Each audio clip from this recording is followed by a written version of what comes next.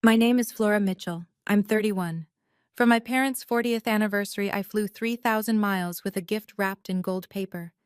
Before I could even sit down, Mom looked at me and said, "We didn't invite you. Your sister planned this."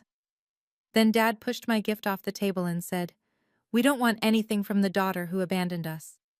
I picked it up, and I left. When they found out what was inside, what it cost me, what it meant, and who actually paid for the roof over their heads, they drove 14 hours straight to my front door. Before I take you back to the beginning, if you end up liking this story, please take a moment to like and subscribe, but only if it genuinely stays with you. And tell me in the comments, where are you watching from, and what time is it there? Now, let me take you back 5 years, to the day I found out my parents were about to lose their house. I grew up in Hardin, Ohio. Population 4,000, give or take a few who wandered off and never came back. My father, Gerald Mitchell, fixed pipes for a living. My mother, Judith, worked part-time at the grocery store on Route 31. And my older sister, Vivian, 4 years ahead of me in everything, was the sun the whole house orbited around. I don't say that with bitterness. I say it because it's true. Vivian was loud where I was quiet. She told stories at dinner while I cleared the plates. As she brought home report cards with a speech attached, I brought home the same grades and left them on the counter. Dad would hold up Vivian's and say, "That's my girl." Mine stayed on the counter until Mom filed them away. There was this thing Dad used to say at family barbecues. He'd point his beer at Vivian, then at me, and go, "Vivian got the brains, Flora got, well, Flora's Flora." Everyone laughed. I laughed too. I was 8 the first time I heard it. I was 18 the last time. And the joke never changed. Neither did the audience. I went to nursing school, graduated, got a job offer in Denver, Colorado, and packed everything I owned into 2 suitcases and a cardboard box. The morning I left, Dad was fixing a pipe under the kitchen sink. I stood in the doorway and said, "Bye, Dad." He didn't come out from under the sink, just said, "Good, one less mouth." That was June 15th, my birthday. I didn't leave because I stopped loving them. And I left because staying meant disappearing, and I was already halfway gone. For the first year in Denver, I called home every Sunday, 7 p.m., without fail. Mom picked up sometimes. Dad never did. By the second year, the calls went to voicemail more than they didn't. I texted Vivian about it. "They're busy," she wrote back. "Don't take it personally." Then a week later, "You know how Dad is. He thinks you abandoned us." I sent birthday gifts, Christmas packages, and a hand-knit scarf I spent 3 weekends making for Mom. I never heard a word about any of them. When I asked Vivian, she sighed and said, "I think they threw it away without opening it, Flora. I'm sorry." That sentence sat in my chest like a stone. Then one Thanksgiving, Aunt Martha, Mom's younger sister, called me. We were talking about nothing in particular when she said, "By the way, your mom just loves that scarf you sent. Wears it every Sunday to church." I went quiet. "Flora, you there?" "Martha?" "Vivian told me they threw it away." Long pause. Then Martha said very carefully, "That's not what happened." I didn't push her, not that day. But something shifted inside me. A crack in the story I'd been told, just wide enough to see light through. I started paying closer attention to the things Vivian said versus the things that were actually true, and the gap between them kept getting wider. I didn't have proof of anything yet, just a feeling. It's the kind you get when someone's been rearranging the furniture in your life and telling you it was always that way. "Flora, they just don't think about you that much," Vivian had said once. "I'm sorry." She said, "I'm sorry" a lot. It never sounded like she meant it. The call came on a Tuesday, March, 5 years ago. I was 26, pulling a double shift in the ICU, when my phone buzzed with Aunt Martha's name. Her voice was tight. "Honey, I need to tell you something. Your parents are 3 months behind on the mortgage. The bank sent a final notice." I leaned against the hallway wall. "How bad is it?" "Bad enough that they could lose the house by summer." "Does Vivian know?" "Vivian told them she'd handle it." Pause. "But I haven't seen any payments go through, and your father won't talk about it. You know how he is." That night, I sat in my apartment and stared at the wall for an hour. Then I called the bank, First National in Hardin. I asked to speak to whoever managed residential mortgages. They transferred me to a man named Dave Keller, branch manager. Calm voice, patient. I explained who I was, asked about the account status. He confirmed. 3 months overdue. Foreclosure process starting. Then he said something that stopped me cold. Actually, someone else called last week claiming to be a family member. Said they'd take care of it. He paused. But they never followed up with any payment. I knew exactly who that was. Vivian had called, made the promise, and never sent a dime. That was the first time I realized my sister wasn't just careless. She was calculating. I told Dave I wanted to set up automatic payments from my account, monthly, anonymous. Don't tell anyone the payments are coming from me, I said. Not my parents, not my sister, no one. He agreed, and I called Martha and said 5 words. Don't tell anyone, especially Vivian. $2,300 a month. That's what invisible love looks like. I was making decent money as a charge nurse at a hospital in Denver. Decent, not rich. After rent, groceries, student loans, and the new mortgage payment, I had about $200 left each month for everything else. So I made choices. No vacations, no dinners out. I bought clothes from Goodwill and furniture from estate sales. When my car needed new tires, I picked the cheapest ones and drove slow in the rain. Tommy Reed, my boyfriend, a carpenter with steady hands and a quiet way of seeing things, figured out what I was doing within 3 months. I didn't tell him. He just noticed I stopped buying coffee on the way to work, and then he noticed the spreadsheet on my laptop, and then he sat down on the bed and said, "It's the house, isn't it?" I nodded. He didn't say I was crazy. He didn't say I should stop. He said, "Okay, I'll fix the porch railing myself so we don't have to hire anyone." That was Tommy. No speeches, just lumber and a level. For 5 years, I worked extra shifts. I picked up holidays, weekends, overnights. I didn't complain. Every month, $2,300 left my account and landed in my parents' mortgage. And every month, the balance got a little smaller. My parents never called. Not once. Not on my birthday, not on Christmas, not when I got promoted to charge nurse. But the mortgage stayed current. And the foreclosure notices stopped, and the house on Maple Drive stayed standing.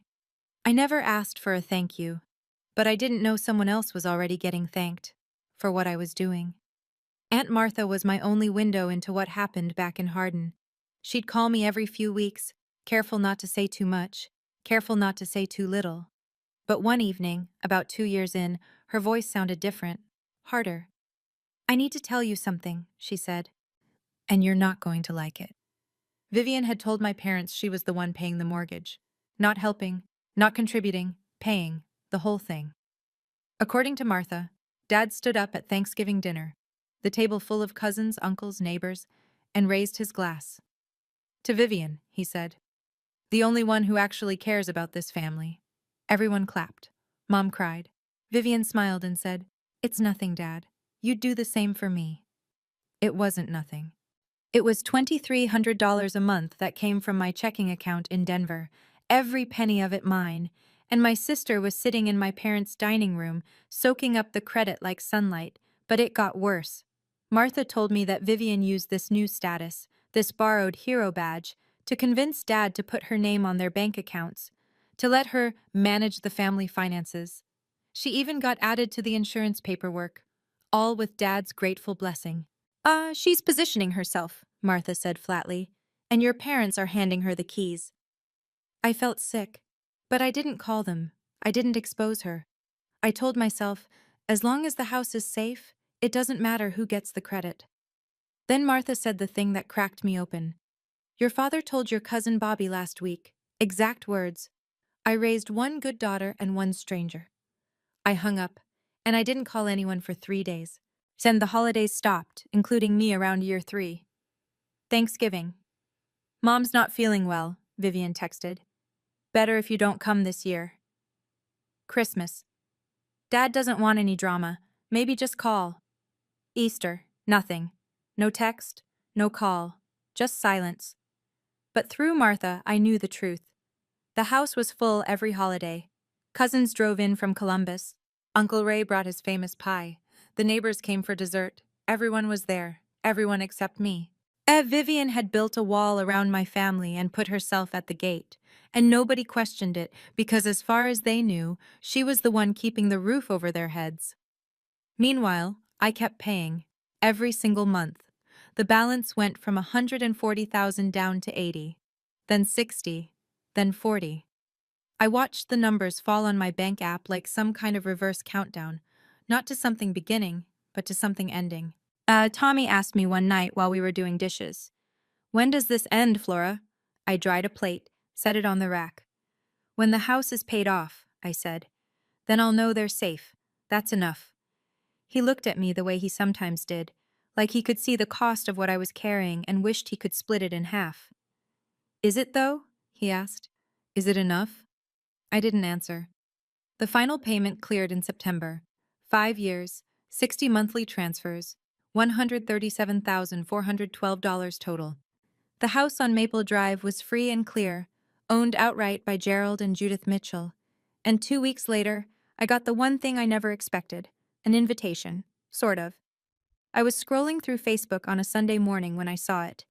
Vivian's post, bright and public.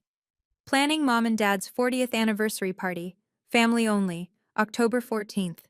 It's going to be so special. 200 likes, 40 comments, cousins tagging each other, neighbors asking what to bring, Uncle Ray promising 3 pies this time, no message to me, no call, no text. I sat with my phone in my hand for a long time. Then I called Vivian. She picked up on the 4th ring. "Flora, hi. I saw the post. When should I book my flight?" Silence. Then, "Oh, I didn't think you'd want to come." "It's their 40th anniversary, Vivian." "I know, but Dad said he doesn't want any awkwardness." "Did Dad say that? Or did you?" Another pause, longer this time. Bet I could hear her recalculating. "I'm just trying to protect everyone, Flora." "From what? From me showing up to my own parents' anniversary?" "It's not like that." "Then what is it like?" She exhaled, sharp and thin. "Look, I just don't want this to turn into a thing. You haven't been around. People will ask questions." "Let them ask." "Flora." "I'll be there." I hung up. My hands were shaking. Not from anger, from something deeper. 5 years of silence. And my sister was still deciding whether I existed. That night, I lay in bed staring at the ceiling. Tommy rolled over and said, "You're going, aren't you?" "Yeah." "Good." He paused. "What are you bringing?" I thought about it for exactly 1 second. The truth. He didn't ask what I meant, but I think he already knew. And somewhere in that dark room, something inside me shifted from hoping to deciding. "You don't get to erase me from my own family, Vivian. Not anymore." The next morning, I called Dave Keller at First National. "Dave, it's Flora Mitchell." "Flora, good to hear from you. Congratulations, by the way. That last payment went through clean." "That's actually why I'm calling. I need the original mortgage satisfaction certificate and a full statement of all payments made over the past 5 years. Every transaction, every date." He was quiet for a moment. "You sure you want all of that? It shows everything. Your name, your account, every transfer." "That's exactly why I want it." "Give me a few days. I'll have it all notarized and ready." The package arrived the following week. A thick manila envelope from First National Bank. Inside, the payoff certificate, crisp, official, stamped with the bank seal. Behind it, 60 pages of transaction records. My name on every single one. I also wrote a letter. 1 page handwritten on plain white paper. I won't tell you what it said, not yet. But I'll say this. It took me 4 tries to get through it without crying, and when I finally sealed it, my hands were steady. I put everything into a box. A nice one, sturdy, from the craft store on 6th. Then I wrapped it in gold paper. Not because I'm fancy, but because it was my parents' wedding color. 40 years ago, their cake had gold ribbons. Mom kept one in her jewelry box for decades. I thought she'd remember. The morning of my flight, Tommy drove me to the airport. At the curb, he held my bag while I stood there with the gold box tucked under my arm. "Whatever happens," he said, "you already did the right thing." 5 years of the right thing. I kissed him and walked inside. I didn't know then that I'd be back in less than 24 hours, without the box. The flight from Denver to Columbus was 3 hours and 12 minutes. I spent all of it with the gold box on my lap, running my thumb along the edge of the wrapping. I rented a car at the airport, a small gray sedan. Drove east on I-70 for an hour and a half until the highway narrowed into two-lane roads and the landscape turned into the flat, green, wide-open Ohio I remembered. Grain silos, white churches, that gas station on Route 31 that's been closing soon since I was in middle school. I turned onto Maple Drive at 4:15 in the afternoon, and there it was, the house. Same brown siding, same chain-link fence, same cracked driveway. But today there were balloons tied to the mailbox. A homemade banner hung across the porch, Happy 40th Gerald and Judith. Cars lined both sides of the street. I counted at least 20. I parked at the end of the block, cut the engine, sat there. Through the front windows I could see people moving. I could hear music, something country, turned up just enough to leak through the walls. Laughter. Voices layered over each other the way they do when a room is full. 60 people inside, and not one of them expecting me. And I looked at the gold box on the passenger seat. The corner of the wrapping had creased during the flight.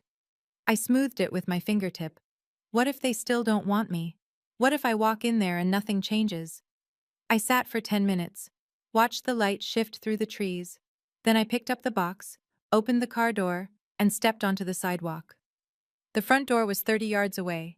It might as well have been 3,000 miles. Then I opened the screen door and stepped inside. The living room had been rearranged. Tables pushed together in an L shape, covered in white cloth. Folding chairs borrowed from the church lined every wall. Flower arrangements sat on every flat surface. Vivian's touch, no doubt. A slideshow played on a laptop in the corner. Photos of Mom and Dad through the years. I wasn't in many of them. A few heads turned, then a few more. Mrs. Patterson, our old neighbor, was the first to speak. "Flora? Oh my goodness!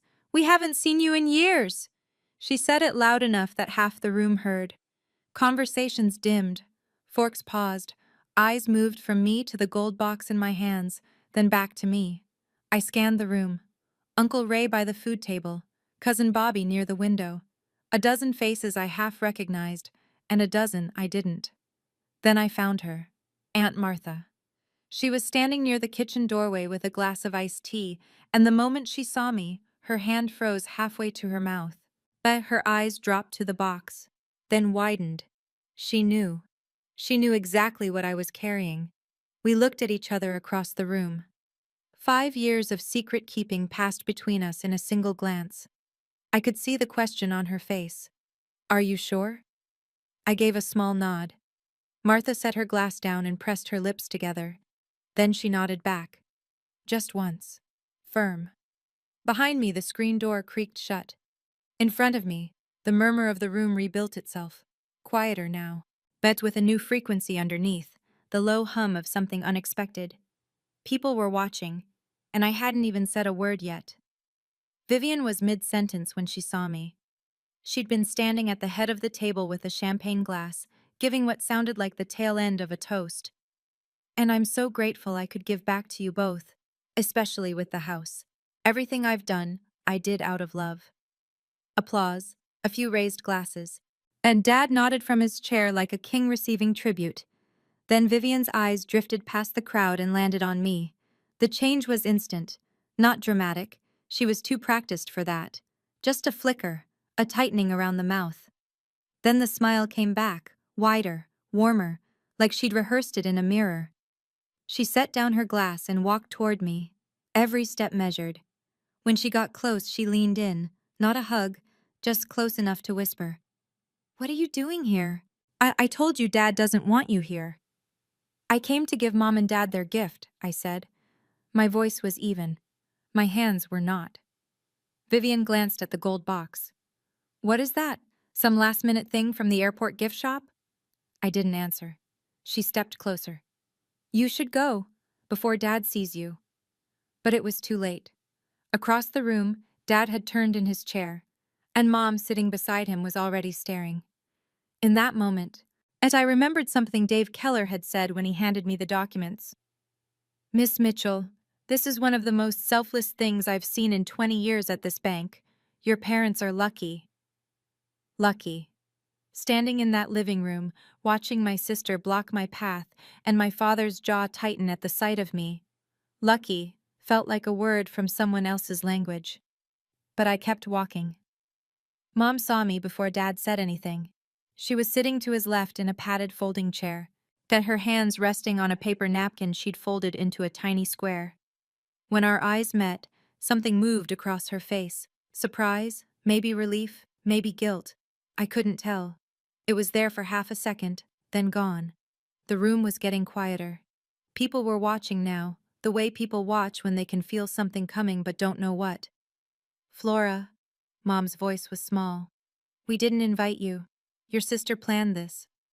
60 people heard it. And I know because I could feel every single pair of eyes land on me at once. The silence wasn't empty. It was thick. It pressed against my skin. I know, I said. I came anyway. I have something for you and Dad. Mom looked at Dad. Dad looked at me. I don't know what I expected to see on his face. Surprise, maybe. Curiosity. Something human. What I got was stone. His mouth set in a flat line, his eyes narrow, and his arms folded across the front of his pressed Sunday shirt, like a gate swinging shut. He didn't say anything yet, but his body said everything. Behind me, I could feel Vivian moving closer. Beside me, the quiet hum of 60 people deciding whether to look away or lean in. Aunt Martha hadn't moved from her spot near the kitchen, but I could feel her watching me like a lighthouse watches a boat in bad water. I took another step forward, toward the table, toward my parents. But the gold box felt heavier than it had in the car. I didn't come to cause trouble, I said. I came because it's your 40th anniversary, and I'm your daughter. Dad's eyes dropped to the box, and his jaw tightened. I set the box on the table, right between the flower arrangement and the anniversary cake with its gold frosting letters. The wrapping caught the overhead light and flashed, just for a second, like something precious. Dad stared at it. His jaw worked side to side, the way it always did when he was building toward something. Then he reached out and pushed it, not gently, not a nudge, a flat-palmed shove that sent the box sliding across the tablecloth and off the edge. It hit the floor with a dull thud. One corner of the gold paper tore open. The room gasped, not loudly, more like 60 people inhaling at the same time. We don't want any cheap thing from you. Dad's voice was loud enough for the back row, for the cousins by the window, kick for the neighbors near the door. He wanted everyone to hear. You show up when you feel like it, disappear for years, and you think a box fixes everything? I didn't move. He pointed at Vivian. Your sister's been here. Vivian paid for this house. She planned this party. She showed up. Where were you? Vivian stood behind him, arms crossed, chin lifted. She didn't speak. She didn't have to. Her face said it all, that careful, well-practiced look of someone who'd already won and was just watching the other side realize it. A few guests shifted in their seats. Mrs. Patterson looked at her lap. Uncle Ray set down his fork. Cousin Bobby took a step backward, like the air near the table had turned sour. I looked at my father. My eyes were burning. My throat was tight. But my voice, when it came, was steady. And I knew exactly what I was going to do. I bent down and picked up the box. The torn corner of the gold paper hung loose. I smoothed it back into place with my thumb, carefully, the way you'd fix a child's bandage. I took my time. The whole room watched. Then I straightened up, looked at my father, looked at my mother, looked at Vivian. I didn't come here to beg, I said. I came to give you something I spent 5 years working for, but I won't stand here and be humiliated for loving you. Nobody moved. I turned around, walked past the folding chairs, past the slideshow still cycling through old photos, past Uncle Ray with his hands on his knees and Mrs. Patterson pressing a napkin to her mouth. 60 people, and not one of them said a word. Not one of them stood up. The only sound was my shoes on the hardwood and the low country song still playing from the speaker in the corner like it hadn't gotten the memo. Aunt Martha was standing near the front door, When I reached her, she caught my arm. Not hard, just enough to stop me. As she looked at the box, then at me. Her eyes were full and fierce. "Leave it with me," she whispered. "Trust me." I hesitated. Everything in me wanted to take it home, shove it in a closet, and never think about Hardin, Ohio again. But Martha's hand was steady, and her eyes said what her mouth didn't. "I've been quiet long enough." I placed the gold box in her hands. Then I walked out the front door, down the porch steps, and into the October air. I didn't look back. But I heard it. My mother saying my name. Just once. Very softly. And then nothing. Driving away from that street, I kept asking myself, why did I keep hoping? 5 years I'd paid their mortgage, and what did I get? A box shoved off a table and a door closed behind me. Have you ever given everything to someone who didn't even notice? Who looked right past your sacrifice and thanked someone else for it? What would you have done? Would you have left the box or taken it with you? Tell me in the comments. I really want to know. I was already on the highway when it started. I didn't see it happen, but Martha told me every detail later, and she's not a woman who exaggerates. If anything, she undersells. So when she told me what went down in that living room after I left, I believed every word. Here's what happened. The party tried to recover. Vivian clapped her hands and said, "Okay, everyone, let's not let this ruin Mom and Dad's night." Who wants cake?" A few people murmured. Someone picked up a fork. The music kept playing. But Martha didn't move. She stood near the door, holding my gold box, watching the room try to paste itself back together. She told me later she felt like she was holding a grenade with the pin already out. 5 years of someone else's lie, sitting right there in her hands. She walked to the center of the room. "Before anyone touches that cake," she said loud and clear, "there's something you all need to see." Gerald's head snapped up. "Martha, stay out of this." "No." Martha set the box on the table, the same table Dad had pushed it off of 2 minutes ago. "I've stayed out of it for 5 years. That ends tonight." Vivian moved fast. "Aunt Martha, this isn't the time." "Oh, this is exactly the time, Vivian." The room went absolutely still. Not quiet. Still. Like the air itself had stopped moving. Martha opened the box. Inside, and the manila envelope from First National Bank. The letter, sealed in its white envelope. Everything Flora had carried 3,000 miles to give her parents. Martha pulled out the envelope first, held it up so everyone could see the bank's return address. Then she opened it.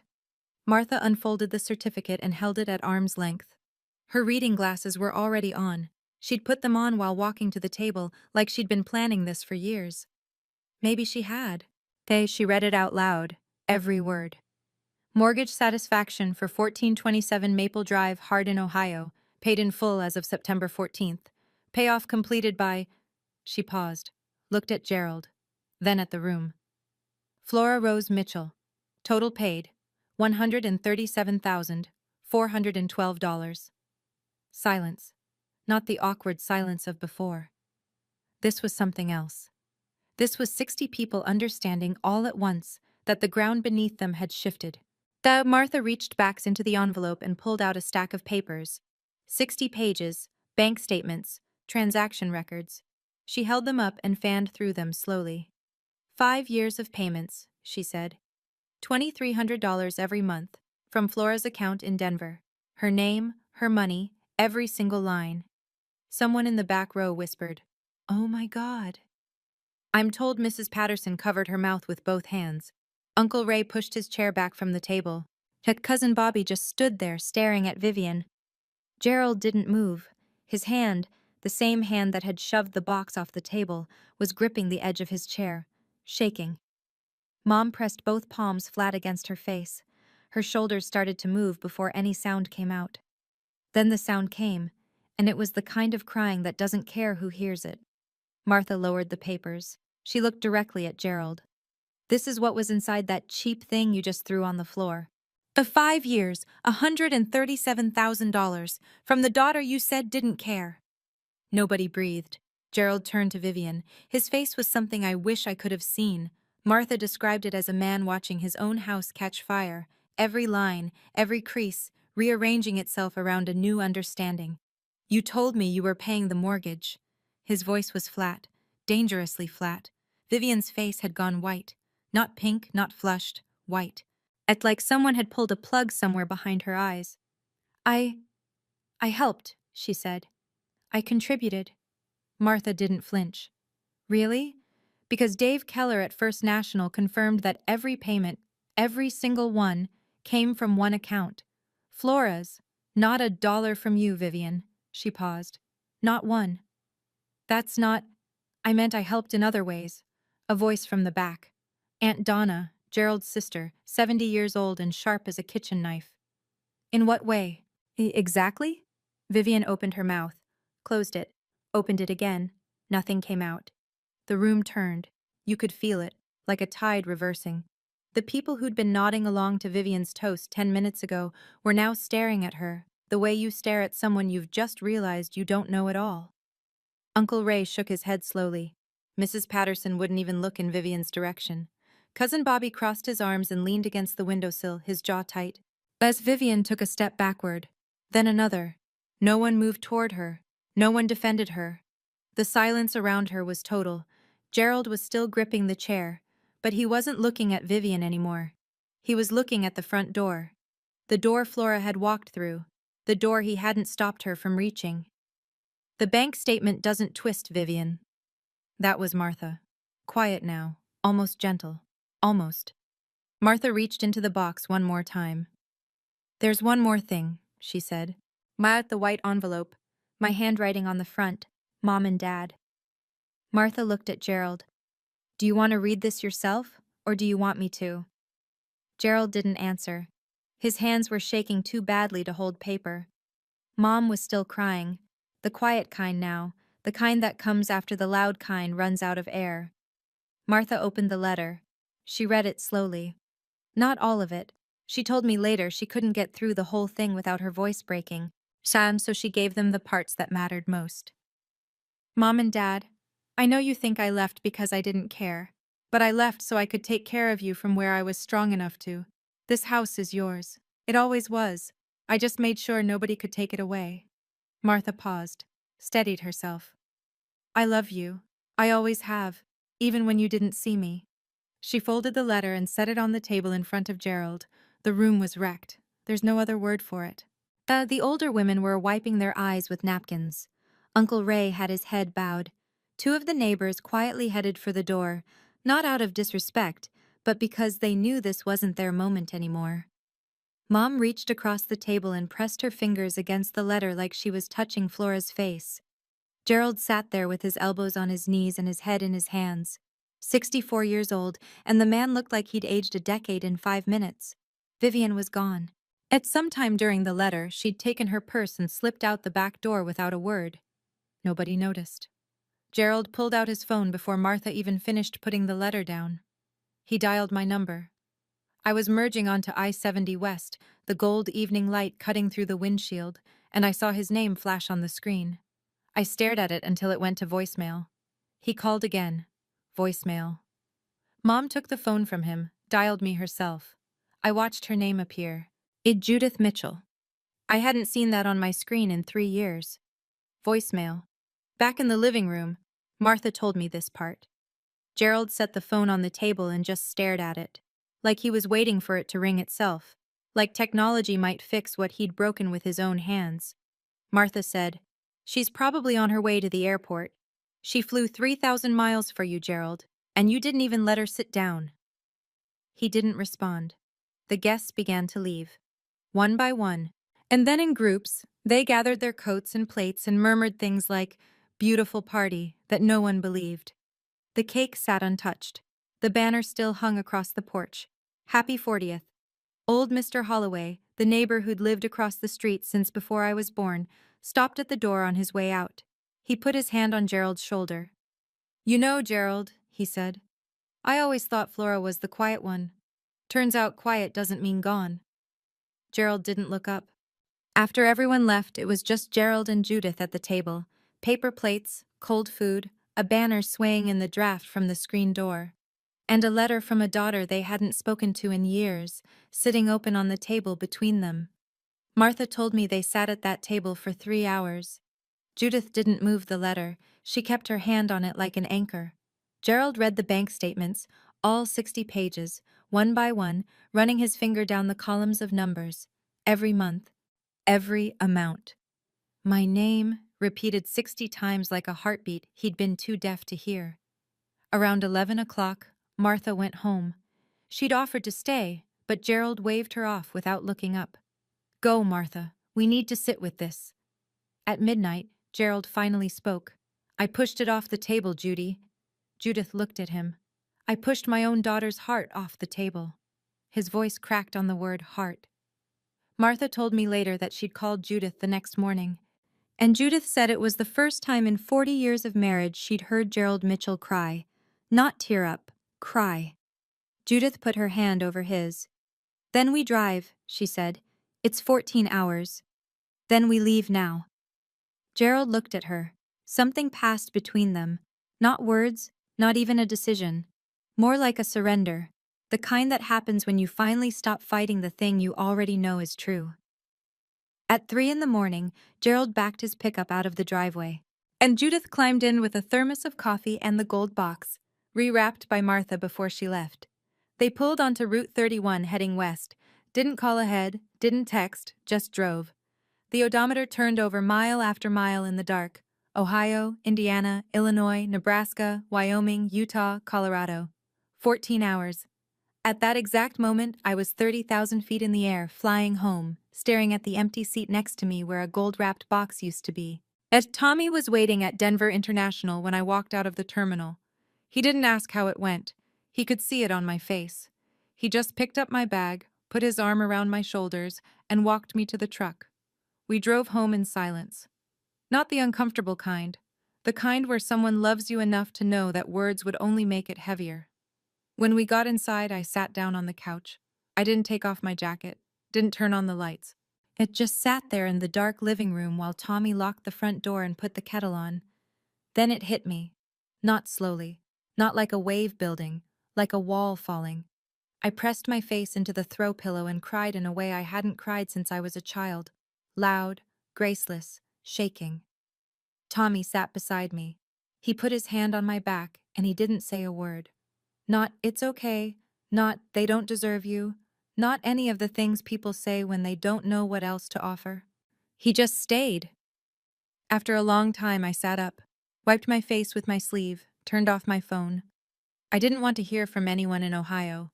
Not tonight, not yet. The next morning, I did what I always do.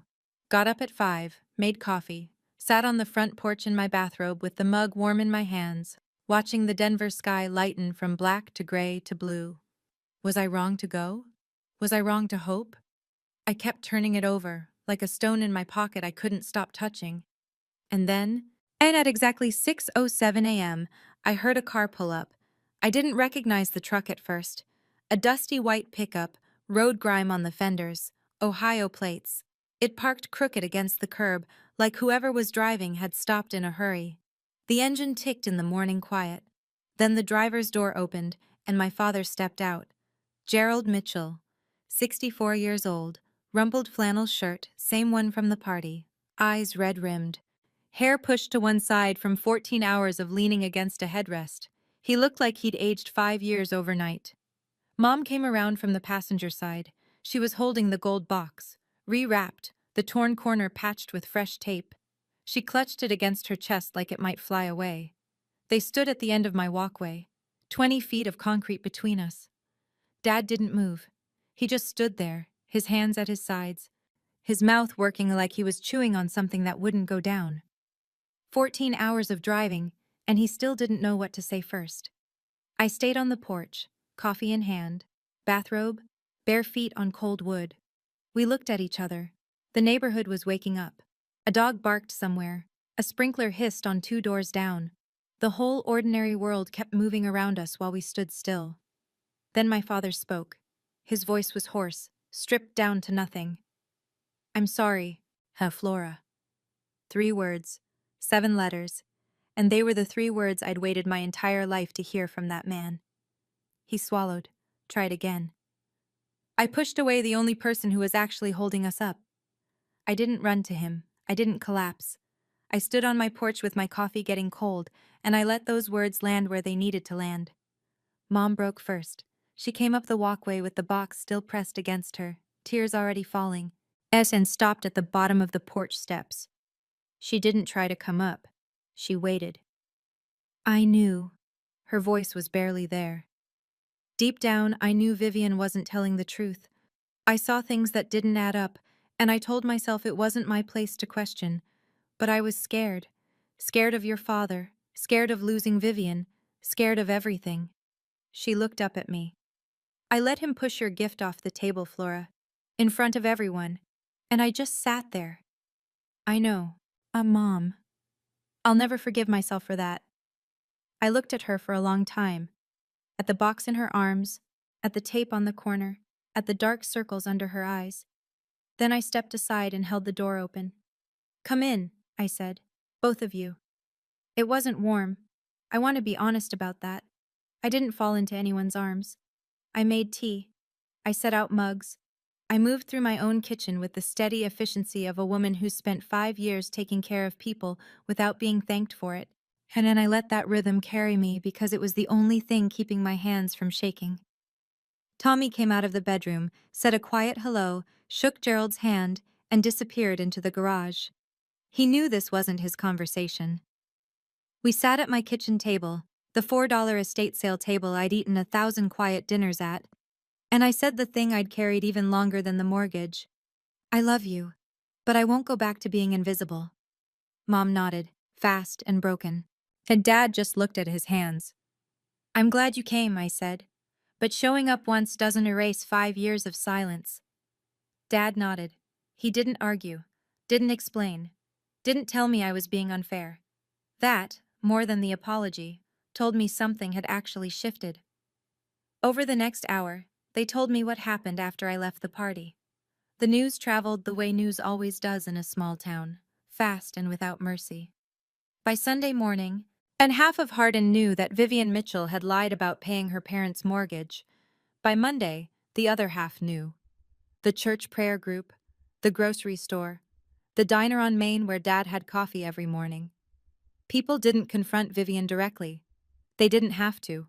They just stopped calling, stopped waving, stopped saving her a seat. In a town of 4,000, silence is its own verdict. Gerald told me he'd removed Vivian's name from every joint account. Went to the bank that Tuesday, sat across from Dave Keller, who handled it without a single "I told you so," and signed the papers himself. She had access to things she shouldn't have, Dad said quietly. That's on me. They also hired a local attorney to audit everything Vivian had touched. It was precautionary, Dad said. But the look on his face told me he was afraid of what they'd find. Vivian, for her part, sent a group text to the whole family 3 days after the party. A winding message about how Martha had manipulated the situation and turned everyone against her. She called herself the real victim. Nobody replied. Martha sent me a screenshot and a single line. The whole town's talking, not about the money, about the kind of person you are. I read it twice. Then I put my phone down and went back to work. Before they left, I sat them down one more time. The tea was cold by then. The morning sun had moved across the kitchen floor and reached the far wall. We'd been talking for 3 hours, and most of it had been them talking. I'd listened. Now it was my turn. If we're going to rebuild this, I said, I need a few things. Dad straightened in his chair. Mom folded her hands. I need you to call me, not just when something goes wrong, regularly. I need to hear from you because you want to, not because you feel guilty. Dad nodded. I need you to stop letting one person decide who's in this family and who's not. That goes for Vivian, and it goes for anyone else. Another nod. And I need you to never, ever let anyone speak for me again. If you want to know how I feel, ask me. Not my sister, not a neighbor, me. The kitchen was quiet. The refrigerator hummed. Somewhere outside, Tommy's saw started up in the garage, a faint buzz through the wall. Dad cleared his throat. Can I? He stopped, started again. Can I hug you? I looked at him for a long time.